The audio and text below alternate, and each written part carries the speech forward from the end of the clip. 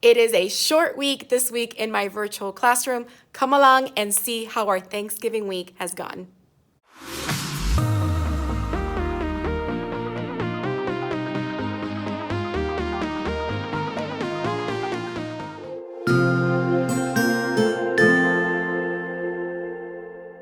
Hello everyone, welcome to my channel. My name is Mariely Sanchez and I'm a 4th grade teacher in South Florida. Today is November 23rd, 2020, and my students and I have school today, Monday, and tomorrow, Tuesday. Wednesday is a teacher planning day, which I'm taking off, and Thursday is Thanksgiving. Friday will be Thanksgiving recess. So very short week of school. I am coming to you at the end of our school day. It is week 13. So we're gonna go ahead and dive into the learning that we accomplished today.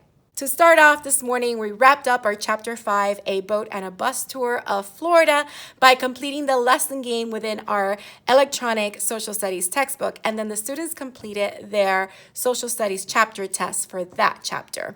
And this is how the lesson game looked. This is an activity within our TCI social studies curriculum. And basically this one kind of looks like Jeopardy. It has all of the sections of the chapter, and I had the students choose different options, and then the questions will come up, and then I had the students do what I call a waterfall chat. Waterfall chat basically is students type the answer but don't hit enter yet until I wait for a good amount of wait time, and then I start a countdown. 3, 2, 1, enter, and then all the answers flood the chat box at the same time, which is a great way to see if the students understood the question and also to see what are the common answers and if they got it.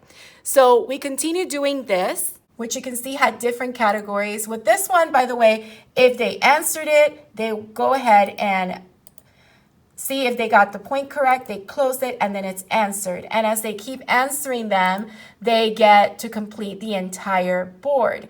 So over here, this is related to our Little Havana section about why Cuban Americans decided to come to Miami, or Florida in this case.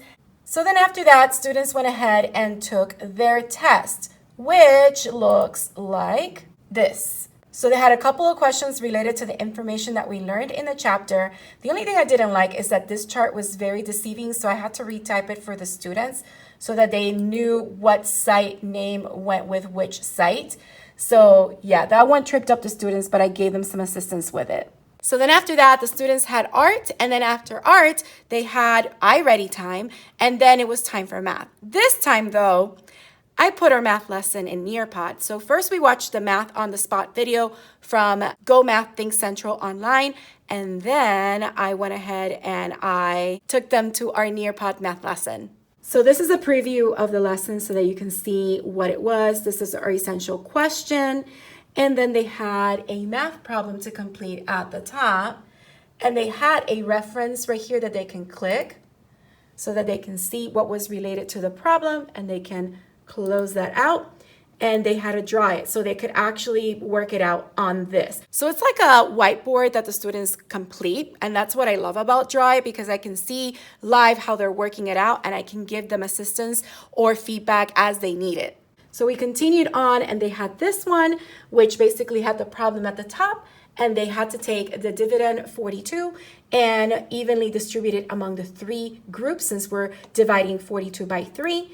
We went over that, and then I went over long division. We're using Daddy, Mommy, Sister, Brother, Rover to go over all the long division steps. And then they had this problem to solve. Again, this is another Draw It. And then I went ahead and I showed them step by step with the slides after they had an opportunity to solve it. What are the different ways, and I'm trying to scroll, but maybe if I go, yeah. What are the different ways that they go ahead and they solve this problem step by step with the strategies that we're going over in this particular lesson. Then they had another problem to solve and another one.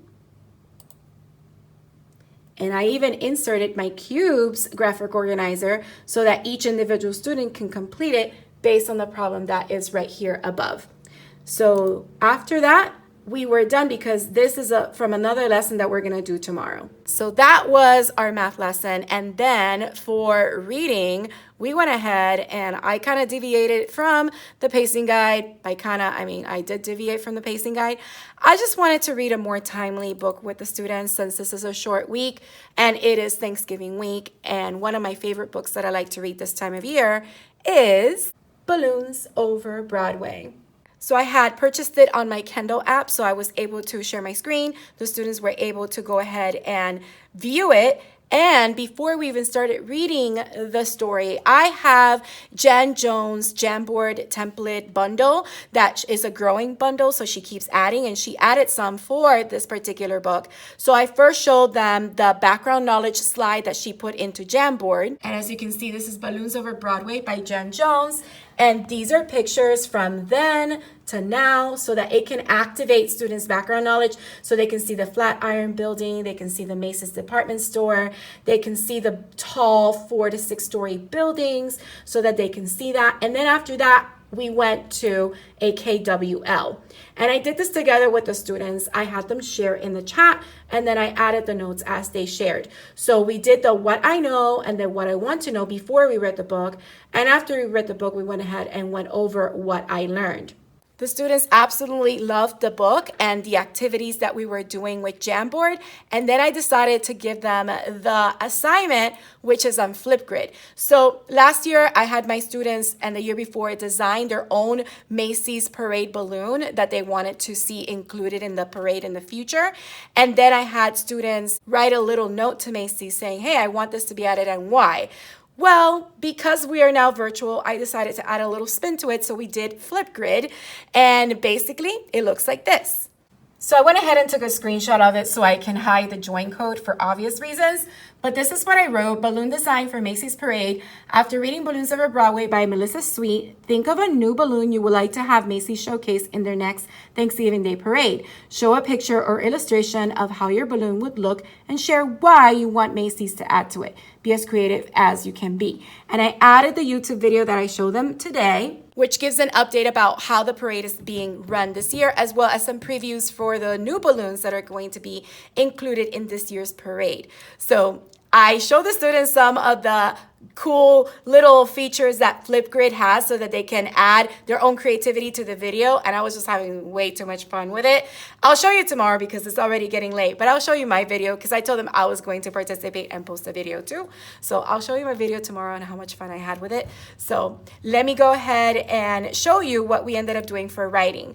For writing, we have a brand new informative essay prompt that we're working this week and next week, which is less than the time that we spent with the rainforest one, but I feel like they should be able to take what we learned from the rainforest prompt and apply it to this one. But now we're writing about pandas. So this is the passage set that our district provides for us, and here's the prompt. You have read several sources about pandas. Write an informative essay explaining the dangers faced by the pandas and what efforts are being made by China to prevent these animals from becoming extinct. Use information from the sources in your essay. So I want to go ahead and show you, we were able to unwrap the prompt using the Zoom annotations. And here it is. So as you can see, we circled our keyword, essay keyword, informative. We underlined the topic, and we decided that it was a 2-part prompt. Our audience is the teacher, our purpose is to inform, and our task is what dangers do pandas face, and how is China preventing them from becoming extinct. So this is a really good start for this prompt. So now that we have unwrapped our prompt, tomorrow we're going to start reading the sources and slowly gather evidence so that next week the students can write the essay on their own this time so that I can see how well they're able to manage this kind of writing on their own, since we spent the last 4 weeks in an informative essay doing it part by part. So that in a nutshell is what we did today, Monday. And we ended the day with some Minecraft because we're not going to be able to play it on Friday. And tomorrow I leave right after dismissal. So now let's go ahead and move on to Tuesday. Hello and welcome to Tuesday. So today is the very last day of the school week, and I'm coming to you at the end of the day so I can just review what we did today, starting with an activity. As soon as the students came into Zoom, they went to Menti.com and answered a question of one thing that they were thankful for so that they could build a word cloud. and this is what they came up with.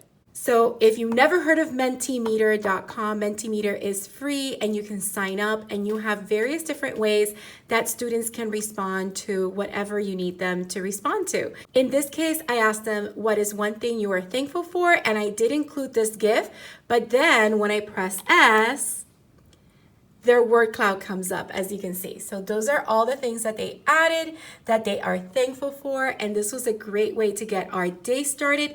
And just to show you, this is where I set it up in Mentimeter, and I have a free version, but you can also go into type and you have all these different types that you can choose. So you can have a multiple choice question, open-ended, scales, ranking, Q&A.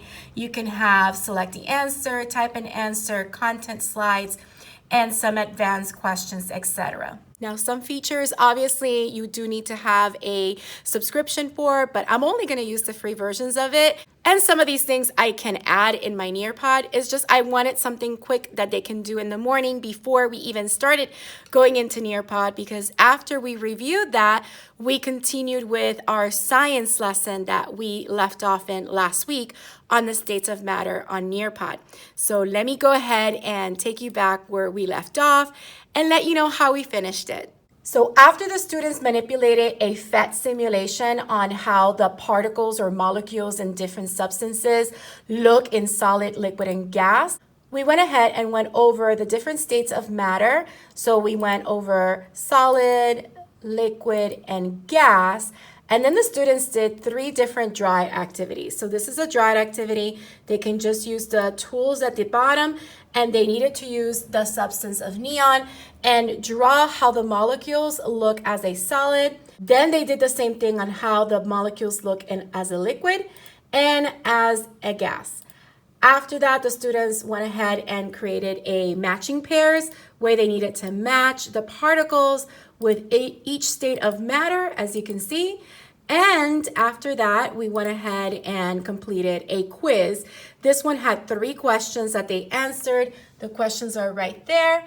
And then this was question number 2 and question number 3. And each question had a reference, so they can click on here and see what they were referring to related to what the question was asking.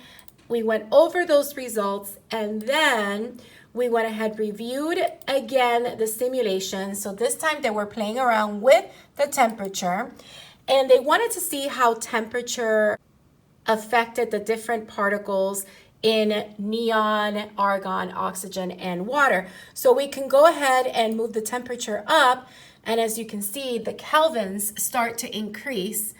And if we go down, the kelvins decrease, and students were able to see what happens. They had a lot of fun with the second time that they're doing the simulation, because they ended up learning a little bit about absolute zero, which is 0 Kelvin.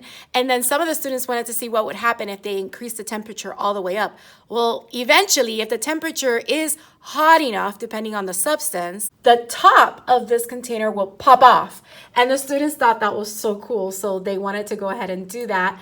And then we did a think, pair, share, and evaluated what we learned using another quiz, asking questions just to make sure that they understood the concept. And after that, we were done with our science lesson.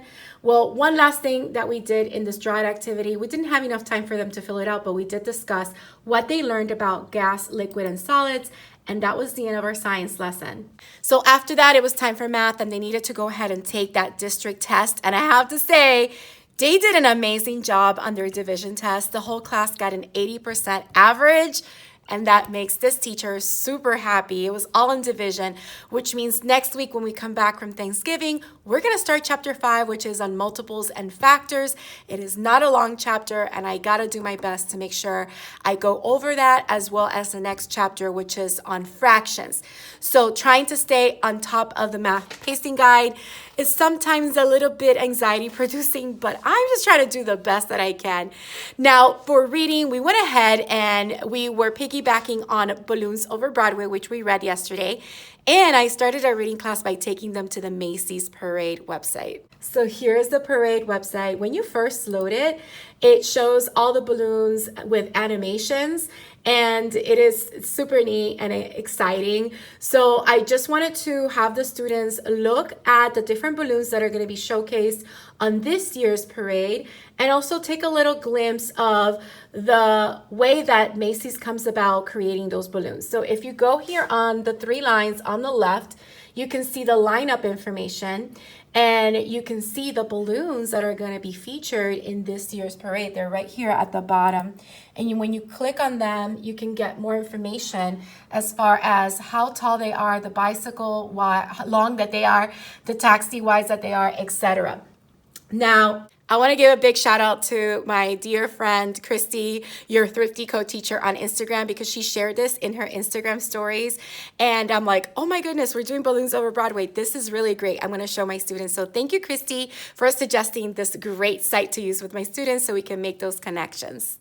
The other thing that you can notice is that you can also look at the balloonicles and the floats, the performers, clowns, and street performers. So just information about the parade. And again, if you go back, you can even look into the Parade 101 and learn more about the parade. And they have some STEM videos for students to actually go ahead, or STEAM, and see inflation fundamentals, balloon design basics, DIY sculpting dough, and float building fun. We did watch this video today, because it is connected with the Flipgrid activity that I gave my students to do yesterday on which balloon they would like to see represented in the next Macy's Thanksgiving Day Parade.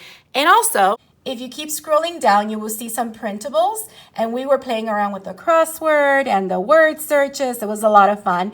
And you can also see more resources as far as the history and other interesting information. So it was a great website to tie into our lesson. And another thing that I wanted to go ahead and share with my students was some interesting true facts about Thanksgiving. And what I did is I purchased this particular resource from Lanisha Tab and Naomi O'Brien, and it's called The Truth About Thanksgiving. It just goes over the truth about Thanksgiving and some information about the Wampanoag Indians and the indigenous people in that time. So it's very important for students to, understand the tradition of Thanksgiving and where it came from and how it was influenced, but also know some of the truths that impacted indigenous people here in the United States.